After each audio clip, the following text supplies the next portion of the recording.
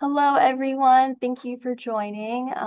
We'll be beginning at 12:05 just to give everyone some time to come in. But as we are waiting, the slideshow is from a survey our office and coalition did to better understand the impact of strikes received during a juvenile adjudication. So these are all personal stories that were shared during the survey as how it's affected those who are incarcerated. All of these are from incarcerated individuals. So take the time to read through it. It is on a loop, so you'll be able to revisit some of the stories. Um, and a few of them did share where they're from, so just really gives great context to what we'll be discussing today with AB 1279.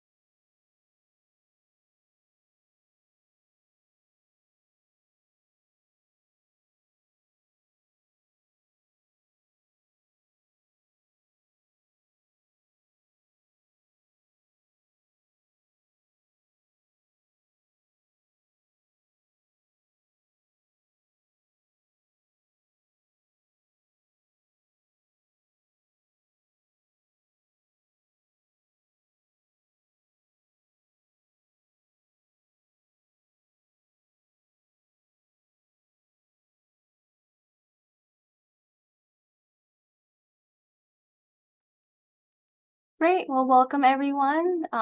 This is the AB 1279 webinar that is hosted by Assemblymember Sharp Collins. Today we'll be discussing the impact of this bill and the necessity for it and our future plans as we move into the next legislative year. So just to start us off, I would love to introduce Assemblymember Sharp Collins. Hi, good afternoon, everyone. Thank you all for joining us today for this important discussion on Assembly Bill 1279. I am Assemblymember Dr. Lachey Sharp Collins, and I proudly represent California's 79th State Assembly District, the home to the resilient, the diverse, and inspiring communities of Southeast San Diego, Lemon Grove, La Mesa, unincorporated areas of El Cajon, Spring Valley, Bonita, and also La Presa. Excuse me.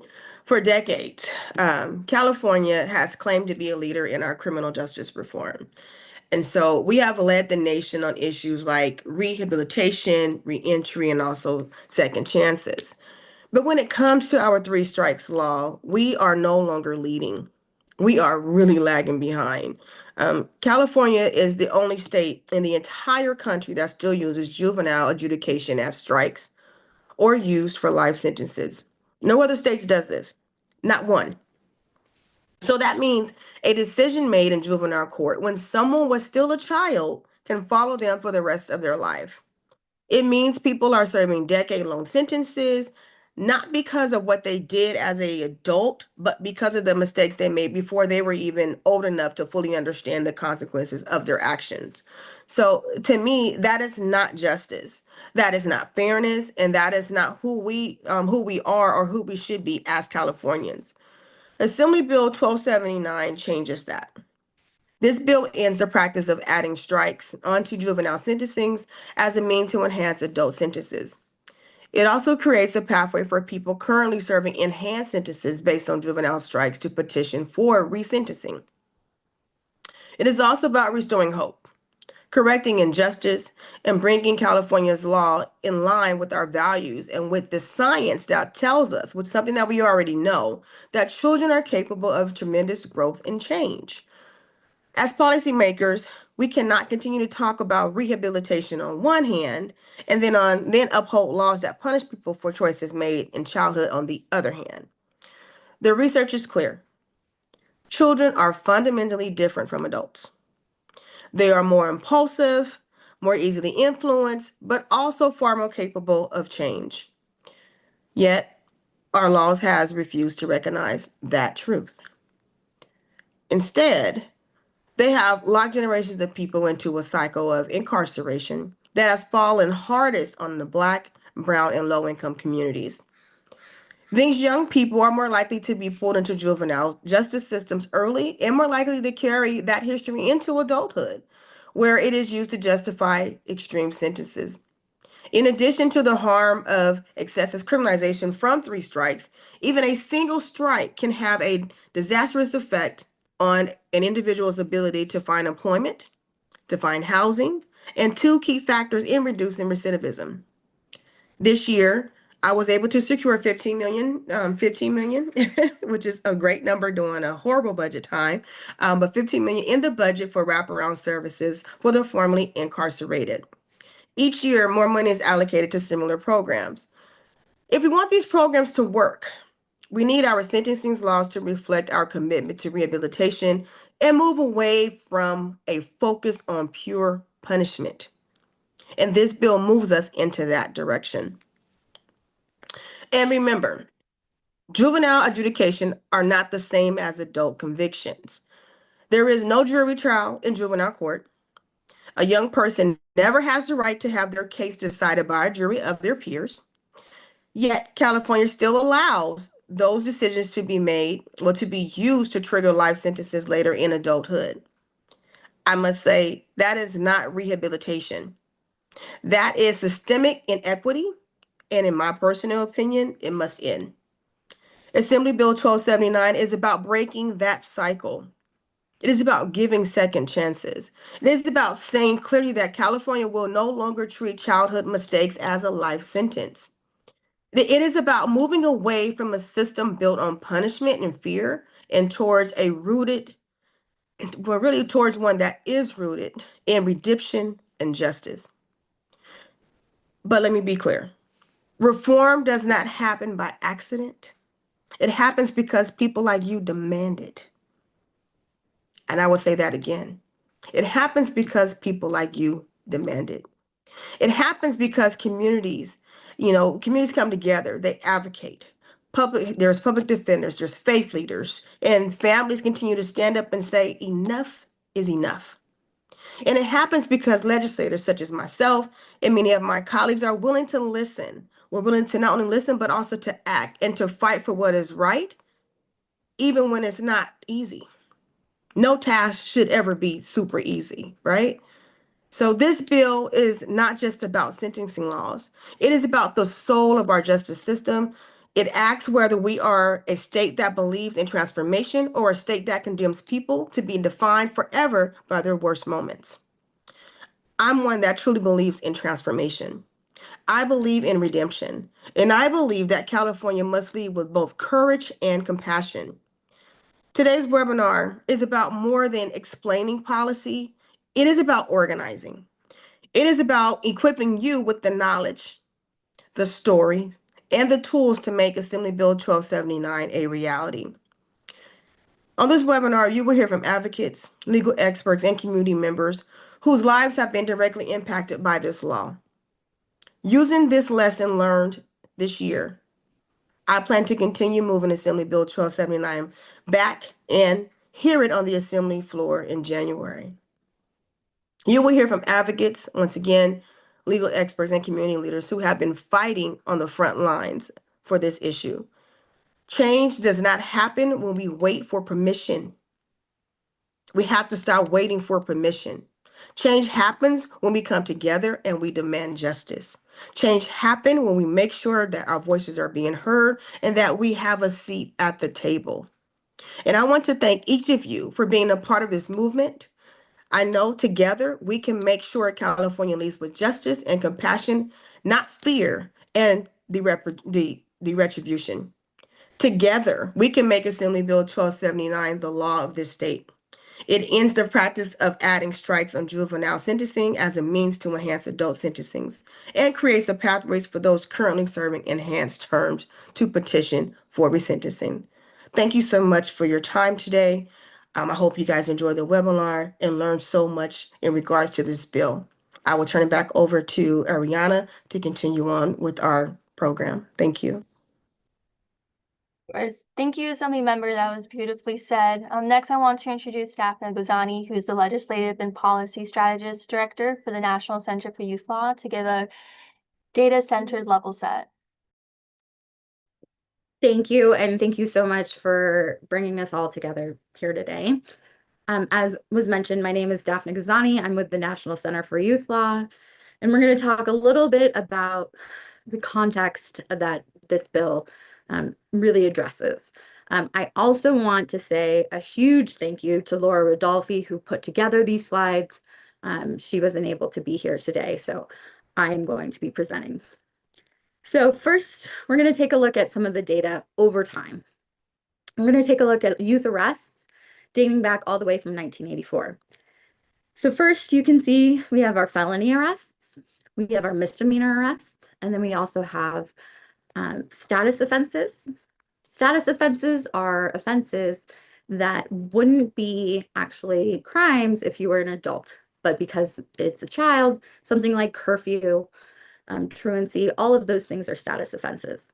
And then last but not least, let's take a look at violent offenses. And these are actually the smallest portion of offenses in the bigger picture.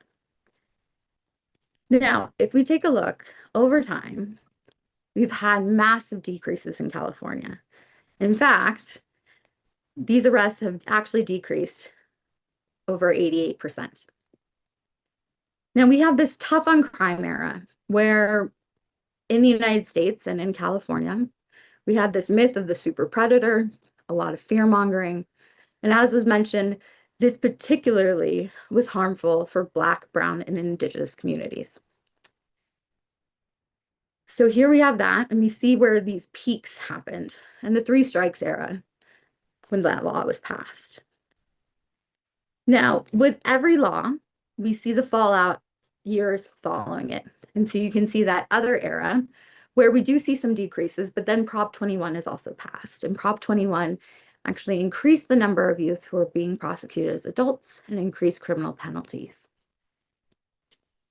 But California continued to do work, and across the nation, courts, including the Supreme Court, recognize that kids are different, that our brains don't stop developing until age 26, that young people have immense potential and immense resilience and the ability to change, and that what they do in their worst moments doesn't define who they are. So California has gone through different cycles in these different eras, and we have reforms that have actually really changed the way that we look at young people, that we address their individual needs. And we've started investing in things that we know actually work. Things like pro-social activities, health, education. Now, understandably, when the pandemic hit, all of those things that we've been investing in that we know reduce crime were disrupted. Kids' lives were turned upside down. We also had, frankly, some issues with data collection during that era. And so while we've seen a small uptick, I think it's really important that we continue to look at the bigger picture. That the more that we've invested in reform, the more that we have started looking at children and youth as the individuals and the amazing, capable young people that they are, we have seen that safety has increased. Unfortunately, for the past 3 decades that three strikes has been on the books, we really didn't appreciate how young people have been able to change. It's a failed policy that has caused much more harm than good, that has made us less safe. And we truly appreciate the leadership of the Assembly member in moving this initiative forward.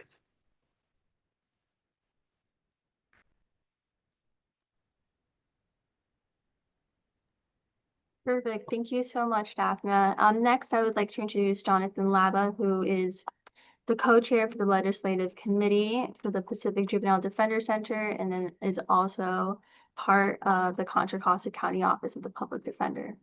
Thank you. Thank you very much, Ariana, and thank you, Daphne, for providing that really critically important data, which I think is so important sometimes to understand that the narratives that we often hear about and read about that can too often drive public policy decisions sometimes is very different from what the actual data shows. So thank you for sharing that. As Ariana said, my name is Jonathan Laba, and I'm here today speaking about AB 1279 as a representative of the California Youth Defender Center, which is a proud co-sponsor of 1279. CYDC is a statewide association of youth defenders and advocates working to improve California's legal system for youth. I've been a public defender in Contra Costa County for almost 30 years, and for most of that time, I have represented adults. But for the past 5 years, I've had the privilege of primarily representing youth. And I can share that in my view, the use of juvenile adjudications as strikes under the three strikes law is one of the most unjust and harmful practices that we have in our entire California justice system. Under California law, juvenile court proceedings are not considered criminal proceedings. Juvenile adjudications are not considered convictions.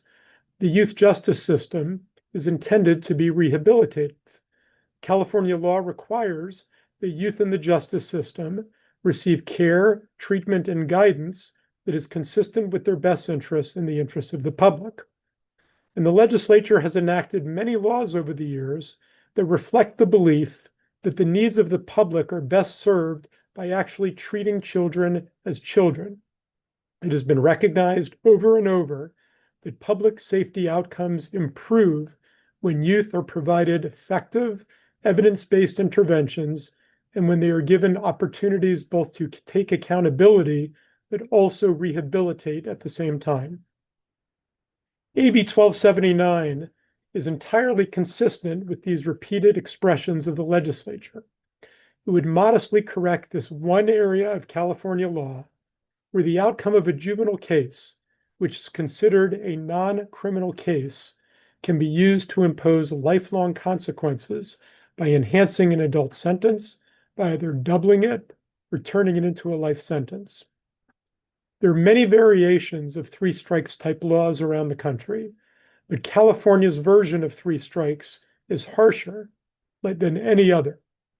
Charges can qualify as strikes even when a person does not cause any injury. Charges can qualify as strikes that are not considered violent felonies under California's penal code. A strike doesn't require that a person use a gun or, in fact, any weapon at all. But most importantly, our version of the three strikes law is more punitive because it applies to childhood behavior that is adjudicated in juvenile court. In this respect, as Dr. Sharp Collins stated, California stands alone. I am not aware of any other state in the country that permits juvenile adjudications to be the basis to give an adult a life sentence that might otherwise carry a few years in prison. And this is not a badge of pride for Californians. The use of juvenile strikes is especially unjust because youth are not permitted the right to a jury trial in juvenile court. The right to a jury trial is a foundation of our criminal justice system. Current law denies youth the opportunity to test the evidence in strike cases via jury trial, but at the same time, it simultaneously permits the use of juvenile adjudications as strikes to increase a future criminal sentence in adult court. The use of strikes also disproportionately affects youth of color, including Black and Brown and Native youth, because the research shows that it is youth of color who are far more likely to sustain a strike that follows them into adulthood. And among the adult three strikes population serving prison sentences, people of color, especially African Americans, are greatly overrepresented. Now, you may wonder whether eliminating juvenile strikes will have a negative impact on public safety. It will not. There are dozens of studies that have found minimal to zero reductions in crime rates that stem from three strikes laws. And the research shows that these laws do not deter crime and they do not reduce recidivism, especially with respect to youth. But the important takeaway, in my view, is this. However one feels about the three strikes law as it applies to adults, there is no research and no data that demonstrates that the use of juvenile strikes has a beneficial public safety impact for Californians. And the juvenile court system has many other tools to hold youth accountable for their behavior while providing services for their rehabilitation. AB 1127 serves the ends of justice by basically enacting two changes. First, it eliminates the use of juvenile adjudications as strikes for current and future cases. And second, for those adults who are currently serving prison sentences that are enhanced by juvenile strikes, it creates an opportunity for resentencing where a judge can consider a new sentence that is not enhanced by the juvenile strike. AB 1279 is morally just and it is sound public policy, and we hope you can support it. Thank you. Great, thank you, Jonathan. Next, we'll be moving on to personal testimony. Our first individual will be Jay Vasquez. He's the Policy and Legal Services Manager for Communities United for Restorative Youth Justice. Thank you, everyone. Ariana, thank you, everyone. You know, when Ariana said they're going to be hosting this webinar on November 12th, I just felt that everything happens for a reason, because today is a very special day for me. It's my 7-year anniversary, which marks 7 years since I was released from prison. When I was 16, I was transferred to adult court and sentenced to 31 years to life. The prison guard said, he goes, "Hey, youngster, do yourself a favor and hang yourself. You're never getting out of here." I remember feeling that society just threw me away like I was a piece of trash. The DA said I was incorrigible, that I was irredeemable. Well, guess what? They were wrong. No child is irredeemable. But that's the message we send to kids when the courts give them strikes that follow them for the rest of their lives, even when their records are sealed. Let's be clear. Kids are not adults. Their brains are still growing. They're impulsive. They make bad choices, and they learn by trial and error. That's not a crime. That's youth development. And when we treat kids like they're beyond hope, we take away their future and ours. Right here in California, we still allow punitive laws like 3 strikes to apply to children. That means a young person still developing, still learning, can end up with a life sentence after just 3 offenses, sometimes for nonviolent ones, where there is no room for growth, no room for context, and no room for redemption. We need to ask ourselves, is that the kind of justice we want for our children? California is the only state in the entire nation that statutorily authorizes juvenile adjudications to be used as prior convictions under a 3 strikes law that imposes a mandatory life sentence. In fact, many states have statute language that explicitly prohibits the use of juvenile adjudications as strikes, and many other states prohibit that in case law. Why? Because most states acknowledge what California fails to acknowledge, that kids are fundamentally different from adults, both biologically and psychologically. This distinction is recognized in neuroscience and moral philosophy. Adolescent brain science confirms what we see in our daily lives. Teens are impulsive, they're reactive, and often make decisions without fully understanding the consequences. But they're also incredibly capable of change. Their identities aren't fixed, they're forming. And that's why punishment without hope is not only ineffective, it's unjust. We know that every child has potential. We know that kids need guidance, not lifelong punishment. We know that rehabilitation, education, counseling, mentorship, and community-based support is what really works for true accountability and public safety. These programs are not just more humane, they're more effective and far less expensive than locking up a child for decades. Three strikes policies lock kids into permanent punishment for temporary behavior. Incarcerating a youth for life under three strikes is not only unjust, but also fiscally irresponsible. The cost of incarcerating a youth for life is substantial. It costs a lot of money, and these funds could be better spent on prevention and rehabilitation programs that have been proven to reduce crime and improve outcomes for youth. Many kids in the legal system, such as myself, come from environments of poverty, trauma, and instability. They don't always have access to support, mentorship, and mental health care. So when a teenager acts out, we have to ask, are we treating the problem or just punishing the symptom? A child who commits a few offenses as a teenager shouldn't face a lifetime behind bars. That's not justice.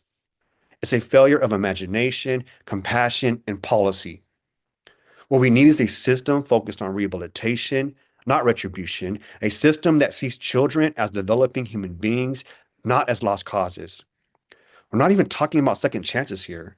We're talking about first chances that many of our kids never even get.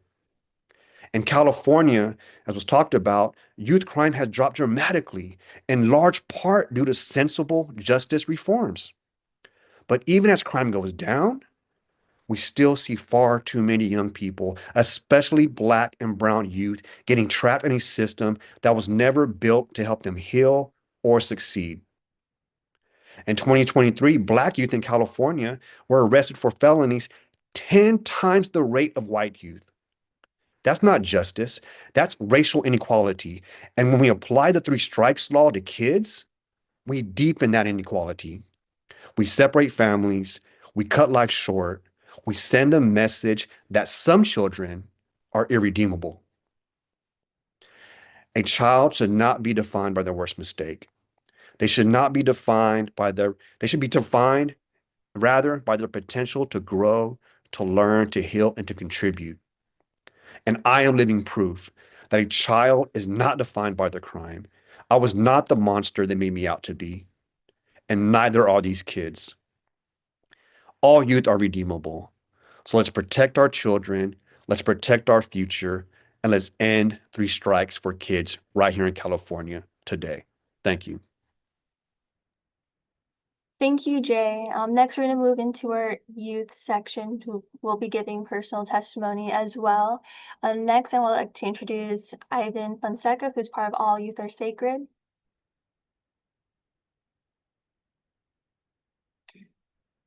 We'll give Ivan some time to gather himself, so we'll move on next to Daisy Sandoval, who is our Alumni Advisory Board member for Fresh Lifelines for Youth.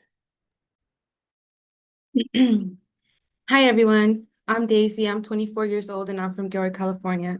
Today, I'm here to share a little bit about my story, how California's three-strike law affected me, and what I believe needs to change. Before we talk about strikes, I want to share a little bit about how I grew up. I have 4 brothers and 2 sisters. My parents were divorced when I was 4. I mostly lived at my dad, but both houses were completely different. At one house, the parent was never there because they were working hard to provide. The house was run by us kids, and we had frozen food and takeout almost all the time. The second house always had home-cooked meals, but had drunk adults who would constantly fight. By the time I was 13, the cops in Gilroy already knew my name for being a constant runaway. At 13, I was on informal probation, and during a meeting with my PO, I learned I was adopted. Hearing I was adopted by some random lady with a badge made me angry and confused. Why did my family keep such a secret? At 14, I found my biological mom and met her at a park behind my parents' back. Eventually, I did tell my parents, but I was still so angry. My biological mom was still in the streets and was very hard to get a hold of. So any chance I could see her, I would. Exactly 1 year and 1 day later from meeting her, April 1st, 2016, a detective called me and asked me if I know her and pronounced her dead. I was 15. I didn't know what to do. I had to call my sister I just met 6 months ago to tell her mom passed away. I was 15 and now angrier. I had already been in juvie maybe 3 times when she passed, but now I just couldn't get off probation. I kept ending up in juvie with new probation violations. Then at 17, everything changed. The court system gave up on me. I was 17 years old when I got in a fight with Brass Knuckles. I got charged with assault with a deadly weapon. I spent 5 months waiting for my trial in juvenile hall and was eventually convinced to move forward with a speedy trial. I was sentenced to GJJ with a maximum of 7 years and a minimum of 2 years, with a strike placed on my record and other restrictions. I had no idea what was going on. I just knew I was getting placed 5 hours away from home and 5 hours away from my family. 5 days before my 18th birthday, I was woken up at 4 a.m. to get ready to go. No heads up to tell anyone by. Now I'm on my way to DJJ with no personal belongings, going to a place I know nothing about. I was there with about 38 other girls with the ages 14 to 25. DJJ itself was a crazy place. I was in fight or flight mode. I experienced riots, constant fights, and 24-hour lockdowns. And this was supposed to be a rehabilitative environment. 2 years later, and I'm up for review board to go home. I had no idea what adulting would look like. I was almost 20, but I still felt 17. Now I had to pay rent, my own phone bill, food, clothes, and transportation. I didn't even know you had to pay PG&E, utilities, and rent. Getting out at 19 with little job experience and on probation with a strike on my record, I couldn't get a job, and especially a job willing to work with a felon schedule. I was going to school full-time to become an electrician, was trying to find work. I took the bus every day, a 2-hour bus ride just to go to school, but I needed the money to pay rent, so eventually I dropped out and started working at Burger King full-time because I needed the money or I would be homeless. I'm sharing my story because I believe that 17-year-old me did not deserve a strike. I faced so many obstacles when I came home because of my record. I was just a grieving young girl who needed rehabilitation, who needed anger management classes, who needed mental health help. I already got punished by getting sent away from my family. I did not need to get punished even more after already serving my time. I worked so hard to get off probation and get my record sealed, just to find out recently that it's only sealed away from people who are not law enforcement or court personnel. I never knew that juvenile strikes is permanent and could still pop up one day if I somehow ended up back in the system. Today, I'm 24 years old. I'm a mother of 2 beautiful boys. I've been free and out of the system for 5 years. And I'm working hard to be more than my past mistakes. I want to use my experience to be an example for other young people that there is a way out. I want my story to show that the strikes harm young people, that strikes made my re-entry so much harder. Youth need healing and guidance. They're still growing and learning. I hope this bill makes life easier for young people who are struggling, and that everyone here will join our efforts to end youth strikes in California. Thank you. Great. Thank you so much, Daisy, for sharing your story. And our final panelist who will be speaking and sharing personal testimony will be Ivan Fonseca, who's part of All Youth Are Sacred. Hello, can y'all hear me? Yes. Perfect. I just want to say I appreciate you guys allowing me to share my story. My name is Ivan. I'm 22 years old. I've already spent a decade navigating the justice system. As a fellow with All Youth Are Sacred, I'm here to share my story and the impact of juvenile strikes on my life. I remember my conviction like it was yesterday. As a young kid, I was lost in the system, overwhelmed by legal jargon. My public defender was the only one who made me feel somewhat safe, but even she didn't fully explain things. She'd give me brief instructions like, "This is what's best for you, just say yes when they ask." I was confused, but I trusted her. I ended up pleading to 5 years in CYA with 2 strikes at just 16. Years later, SB 823 sent me back to Tulare County Juvenile Detention Facility at the age of 20. From there, I was sentenced to the SYTF program and court ordered to complete a 2 weeks life skill program before release. Frustrated with the system, my peers and I protested not receiving our court order programs. This led to adult charges facing false imprisonment, rioting, and gang enhancement. I was shocked and scared, facing 25 to life with 2 strikes. But here's the thing, those strikes were for my juvenile case at the age of 16. I am now currently out on bail fighting for my freedom because I stood up what was right. I stood up for the judge's order for my life skills program that was constantly denied. All I wanted to do was the right thing, to stand up against a system that was failing me in my community. Despite this all, I've remained committed. Despite this all, I remain committed to my future. I'm a devoted father, and I'm furthering my education. I'm working towards a better life, not just for myself, but for my family and community. Thank you. Great. Thank you so much, Ivan. So next we'll be going into the call to action portion. So as you all heard, the incredible stories and the legal experts and community members sharing what and how they've been affected by 3 strikes and the juvenile adjudication process. I wanted to give some resources on how we all can advocate for this bill as we go into the next legislative year. First, in the chat, I will be putting a link to a 1279 email blast template. From here, you all will be able to go through the template. At the very top, there is a link that allows you to find your representative. From that link, it makes it very easy to find the email for the member, the phone number for their office. So please use this template as a resource to really frame your message. The biggest part, as we saw today, is sharing personal testimony. If you've been personally affected or have loved ones that have been affected by this, please share it with all the legislative offices. And next, I wanted to share, in the beginning, we saw a slideshow of testimony from those who have been affected. So I wanted to share the survey that we have been using with those who are incarcerated and those who are affected. So please make sure to fill this out, and let me go ahead and share the email blast one more time. And then finally, I just wanted to share the presentation as well. As we know, we had a little bit of time in the beginning to go through it, but these stories are very powerful. So please make sure to go through it.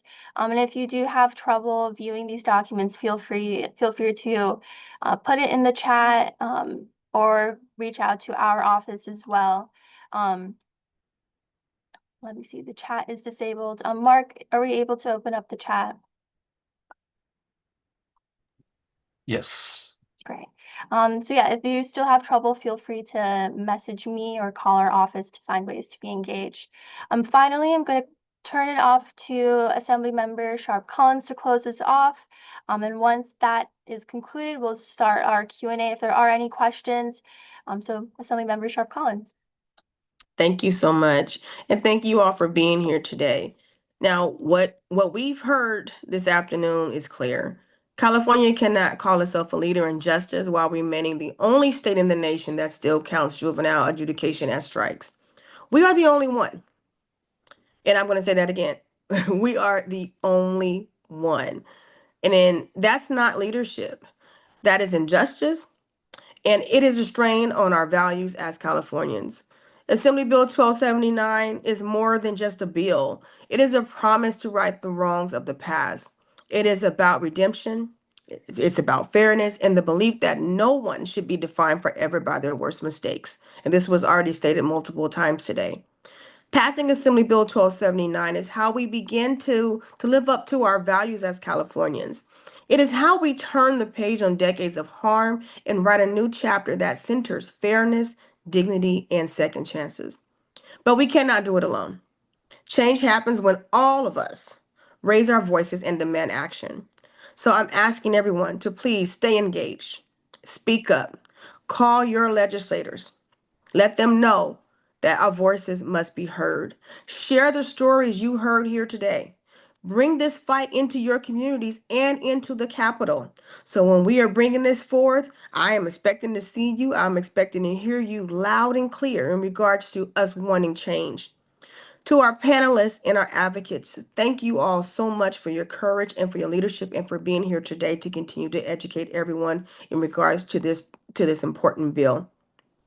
To everyone watching, thank you for standing up for justice.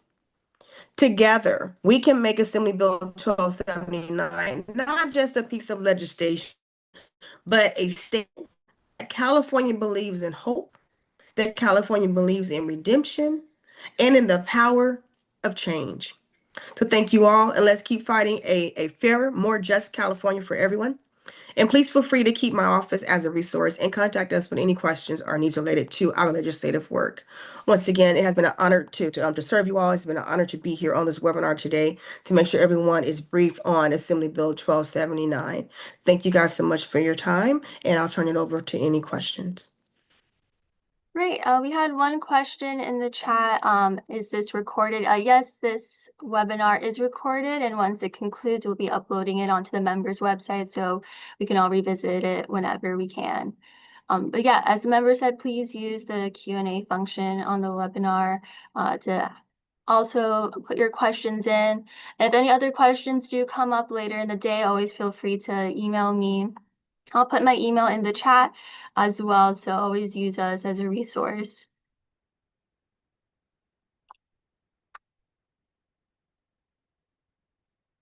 And if there aren't any questions, we can go ahead. There is a question for Ivan. Oh, perfect. Let's see. So Ivan, foremost, this is from Israel, foremost wholehearted appreciation to all who share their stories and all contributing. I heard Ivan say that he is currently facing charges. Is there any way we can help? Is there a GoFundMe? Yes, Israel, there is a GoFundMe. I'll draw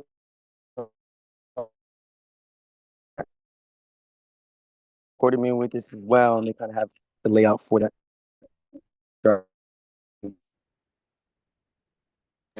Oh, sorry, Ivan. You've been cutting out, so we'll just move on to the next question. Okay, we'll be also able to connect those who are interested in helping Ivan after the webinar.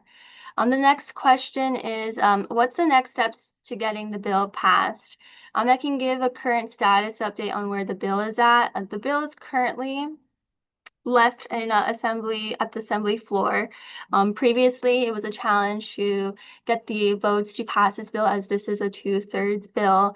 So right now, during the interim period, we've been hosting webinars, collecting surveys to really get our votes up for the bill. As we know, the narrative with public safety has been a challenging one to overcome, but the stories shared today and the data and the legal experts sharing their stories have really grounded what this bill is and what it doesn't do. So hopefully, as we go into the next legislative year, we have plans to bring it onto the assembly floor in January. So I will add to that as we bring it to the floor, and I previously stated in my closing remarks, I need everyone to contact their legislature. I need you to contact them, phone calls, letters, emails, and come into the Capitol, just so that way they can continue to actually humanize the current situation, make sure that everyone's voices are being heard and that they can understand the actual impact of this. The fact of the matter that California is the only state that does this, that should say something within itself. And a lot of our members do not know that. So this webinar was about educating not only you guys, but also my actual colleagues as well. So please take this information with you, share this with your friends, family members, but also your legislators as well, even county board of supervisors, city council people.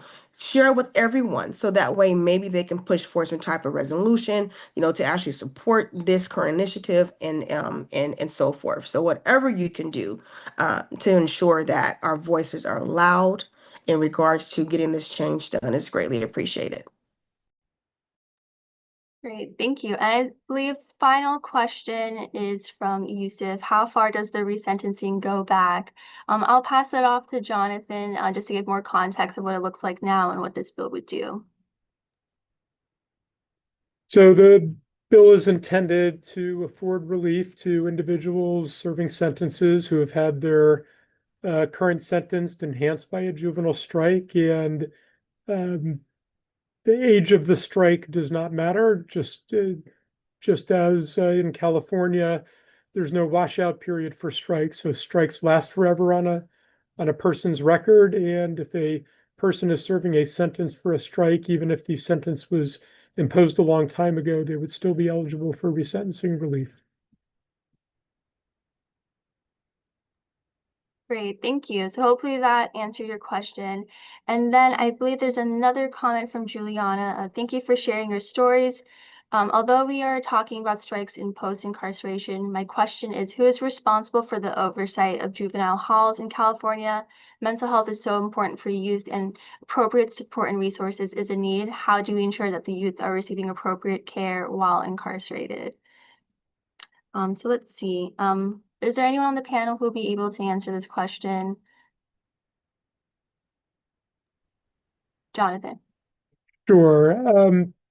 So yes, there's a number of regulations that govern the operation of juvenile halls that are in the California Code of Regulations, and there's various entities, including the Board of State and Community Corrections and the State Office of Youth and Community Restoration, which have various responsibilities to oversight of juvenile halls and to ensure that they comply with state and federal regulations. Just to add on to that as well, and something that I think has been exciting, and again, reaffirms California's movement to creating a more just and equitable system for young people. We now have an ombudsperson that is available for young people. Young people can make reports who are in the juvenile halls directly to that ombudsperson if they have any concerns about the services that they're receiving, but also service providers, community members, family members. And it is really important that we utilize that new office and ensure that our young people are getting the services that they need. Great, thank you. Let's see, and another question from Paloma. My family member was 17 years old. Law enforcement did not verify his age and incarcerated him as an adult, giving this offense as his first strike. In 2017, he was given 45 years to life on the 3-strike. The Romero motion denied. I'm not sure if there's a second part to this comment, but Paloma, thank you so much for sharing this. I think the survey that we put in the chat would be a great place for you to share this story. And so we can also add it to our slideshow if you would like for that to be added. Really giving the context of the location is also great as we target specific assembly members and senators, really showing like these are your constituents, these are your community members that have been greatly affected by this. Great, thank you. We'll give it a few more seconds to see if there are any more questions in the Q&A section. And if not, I would like to thank everyone for joining us today. While we conclude this webinar, I'm going to be playing the slideshow one more time just so it gets recorded and shown in its full capacity. So feel free to stay on, but if not, feel free to leave as well. And on the members website, this webinar will be posted. And then finally, not a question, but a shout out to Assemblymember Sharp Collins. Thank you so much for taking this fight on. Great. So thank you all for joining. I'm gonna go ahead and share the slideshow one more time.